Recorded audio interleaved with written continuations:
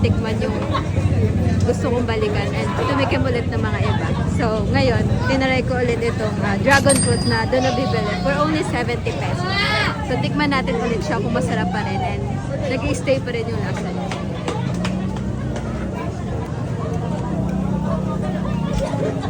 Milk pa rin siya. Charot. So, ito naman, meron kami ditong grilled scallop. So, binili namin doon for only 115. So, tikman natin.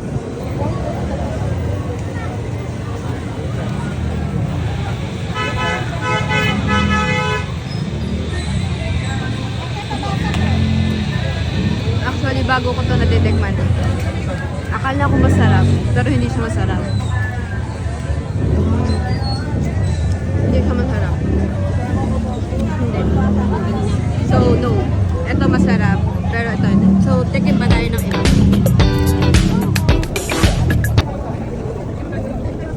So, ito na guys. Nakahanap na kami ng pesto and ayun, tinake out na lang namin yung iba naming food na binili. So, ito, beef biryani, potato, basta yun. Tapos, katsuberry, and then, tofu sisig. So, ano pa pala? Ito pala, corn. So, disclaimer guys, taste is subjective. So, kung masarap sa akin, baka hindi masarap sa inyo. Pero, ayun, honest naman ako. Sasabihin ko pag hindi masarap. So, tikman muna natin itong tofu sisig.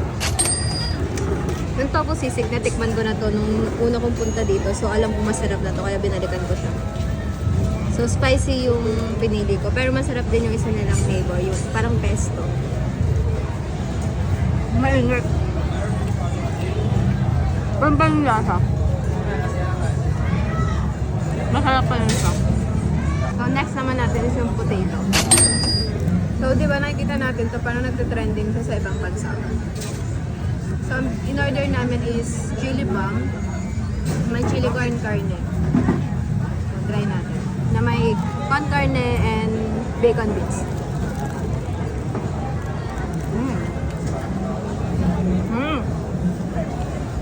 First time ko siyang tikman and masarap siya. Lasang-lasa mo yung corn carne. I like it. Sarap. Ito din, binalikan ko siya. Hinanap ko talaga siya. Nalipat na kasi siya ng ibang store.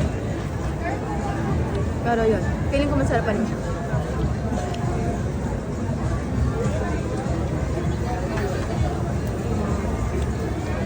Sarap pa rin. So, proceed na tayo sa rice meal. So, ito is beef biryani. 150 pala to guys.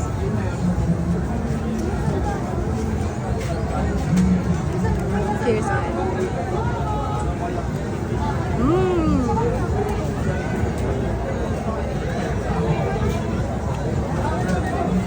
Ang tender ng beef. Ang sarap. Katsuberry.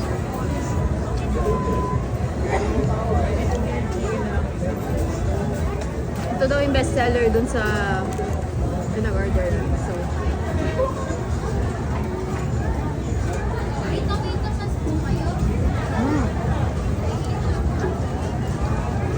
ang sarap ng sauce. Sarap. So, overall, lahat ng pinikman ko is masarap. So, bet ko siya. So, yun lang. Kain na kami. So, ayun guys. Bumili na lang kami ng ng dessert. And ito yung favorite ko. Strawberry siya. Strawberry mochi. And Oreo. So, yun. Sabay ko na lang siya kakainin. And then, may nakita kami na bookstore. Binila niyo ako. Wow! So, I like this too talaga. So, ayan. So, dito lang din yan sa Fusion Alley. So, may bookstore siya. May 75 and may brand new sila. So, brand new to. So, ayun. Punta na kayo sa Fusion Alley. Bye!